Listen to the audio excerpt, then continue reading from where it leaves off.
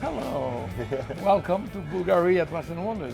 Thank you so much, Jean-Christophe, for everyone, the CEO of Bvlgari in general, not just Bvlgari watches. And just also appointed to oversee all the LVMH watch brands. Congratulations with that. Thank you so much. We'll talk about that later for sure. It's a great honor. But first we're going to have a look at the novelties of Bvlgari. Spectacular, again, a very new Serpenti, the Serpenti Eterna. Let's see. Can you tell us a little bit more about this beautiful piece? Yeah, I think it's a milestone in the Serpenti watch history, as since 1948 we have followed a journey which has been extremely successful and figurative. In other words, it was born as a secret watch with the head of a snake, which you would immediately recognize, the eyes, and you could open the mouth and then read the time. And then it evolved to eventually become Tourbillon in 2010, so 15 years ago, which still was quite figurative, because in Tourbillon you still have the body of the snake, and the head, which is ovoid, is also clearly a snake. And we've tried to figure out with Fabrizio what could be another development of the Serpenti, exactly as we did in jewelry, where from figurative, creating Viper, we have developed a new collection which is more symbolic. So when you buy Bvlgari Viper in jewelry, you can see a Serpenti if you wish to see a Serpenti, but you can imagine anything which is contemporary beauty. And so we try to apply this same recipe with a totally different design to the Serpenti, trying to design a beautiful and timeless piece of art. And I think that really Fabrizio did something extraordinary, which is indeed a Serpenti. If you look closer, you can imagine it's a Serpenti, but it's not obvious. So it's more a symbol. Yeah. And if it's not a Serpenti, it can be anyhow a beautiful jewelry watch. It's a beautiful bracelet that tells Exactly. the time. So I would say it's probably the most important evolution of Serpenti ever, because for the first time we are departing from the figurative execution, which has been the driving force in design until last year, to venture into the more symbolic and ultra contemporary design, making it totally new and probably reaching different clients, because we know that some clients do like the figurative approach, but we know also that some clients much prefer something more symbolic, which also opens more room to imagination. So this is two pieces only to start with. I mean, the gold with a few diamonds, if I may say so, and then we have the full white gold with full pavé diamonds. So it's clearly positioned in the high end as high jewelry watches, and it will be developed into a full-fledged collection, upwards and downwards. But we like to start, at this level to immediately position it as a very precious Serpenti. Looks very good, but it's not for my wrist. Shall we now move to something that So I was sure you would pay attention to this Ultra. Yes. So Ultra is a 10th world record for Finissimo. Yes. And it's the third execution of the Ultra Finissimo movement, because when we talk about Finissimo, we tend to simplify a bit too much, believing that Finissimo is one movement. No, Finissimo is 5 different movements, which are totally different. Some are manual winding, some have a macro rotor, others have a peripheral mass. Exactly. And so basically there is one name, but this name characterizes a spirit, which is ultimate thinness. Super thin. Super thin. Yeah.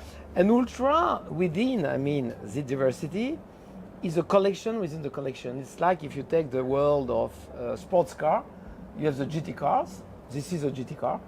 Typically, the perpetual calendar is a GT car, even a perpetual calendar. When we launched Ultra 2 years ago, it's a supercar.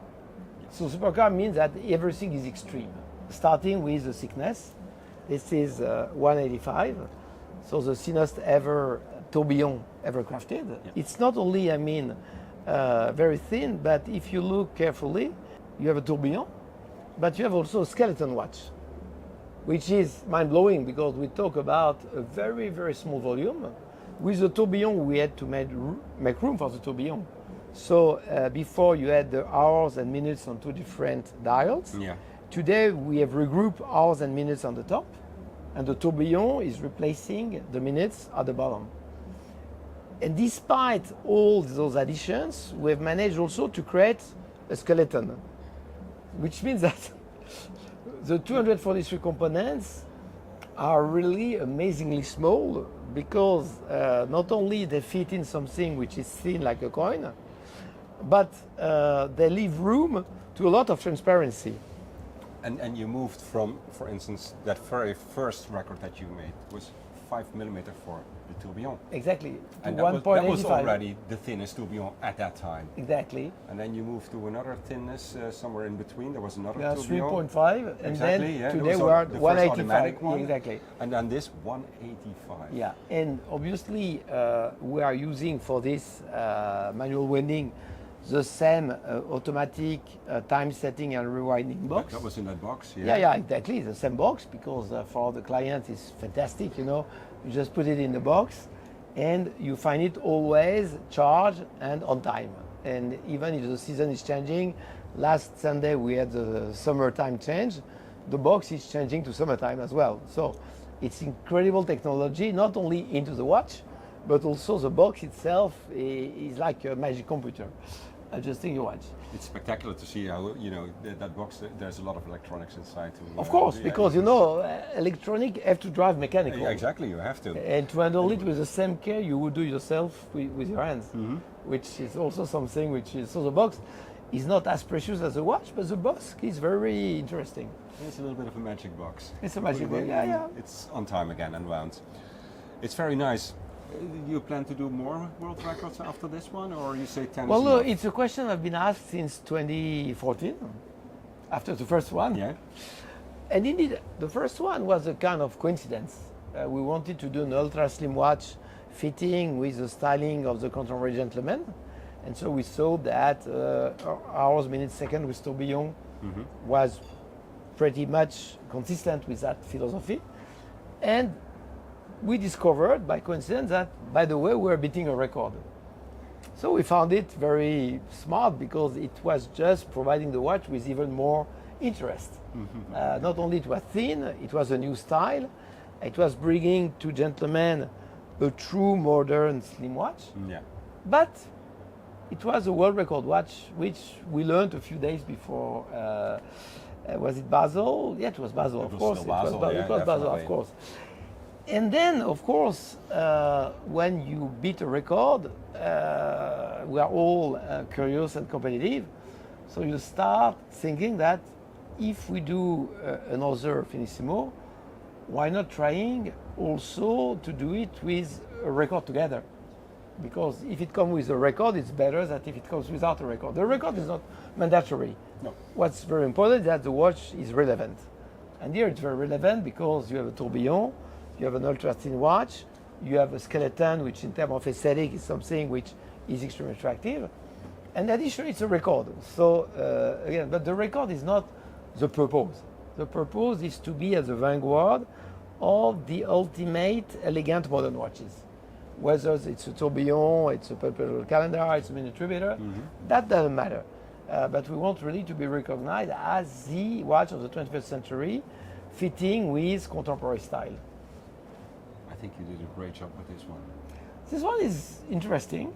It's 43 grams only, so you hardly feel it on your wrist. You should try it on your wrist. And looking at it, you know, it's so incredibly thin. Everything is integrated. The bracelet itself, you know, we hardly ever speak about bracelets, but the bracelet is not only patented, but it's a piece of high technology because it's so thin that it's as difficult to craft as the components of the watch. Believe it or not, it's titanium, so very hard additionally. And the buckle is not adding even 1 micron to the thickness of the bracelet, which is... But in general, I must say that the buckle of the Finissimo is a work of art. If you see how the entire buckle is hidden in the bracelet, but with this one even more than with the normal one. But this is a Bvlgari patent, because it's we brilliant. felt that the product had to be fully consistent. You cannot be thin on the case and thick on the buckle. It's not logical. So we paid a lot of time and attention to find a way to have an ultra thin buckle, which was providing the watch with an overall balance at 360. Yeah, but exactly, it's something very logical to have it thin on top, and then you don't want a big heavy buckle. No. So I can tell you on my wrist, it's just, you don't feel it. And this also is part of the magic of Ultra. It's a watch it's like if it were just air blowing on your wrist. You even forget it. Sometimes, you know, when I wear it, I think, where's my watch? Oh shit, on my wrist, of course. You know, it's because you don't feel it. This one, also because it's in gold, yeah, even though it's very thin, you can't feel it. This one you can forget it. But even with the Octo Finissimo automatic that I own, Yeah. I wear that, you know, as my daily watch, and it's really nice to wear. And indeed, even there, you almost forget that you're wearing a Yeah, watch. and yes, this Because is plus titanium is such a nice, pleasant material on the wrist. yeah, and it's so comfortable, and the bracelet itself has been also designed. You see, as it exactly. folds in a way which is also so. In that watch, everything has been pushed. This is why we named it Ultra, to the highest limit we can, at least today as Bvlgari, think about. And nothing has been neglected. It's not only, I mean, the smallest ever Tourbillon in terms of thickness. It's also a unique bracelet, which you can hardly see. It's bizarre. It's a unique barcode. Yeah. So everything on that watch is totally unique, and everything has requested a lot of work. It's not only the movement. 5 millimeter to 1.85 millimeter. That's already spectacular. In just 11 years, Yeah, exactly. which is not for watchmaking a long time. It's fast It's- indeed, in this watch world. Thank you so much, Jean-Christophe. It was a Thank you, a absolute pleasure as usual. Thank you very much, and congratulations again. Thank you to you.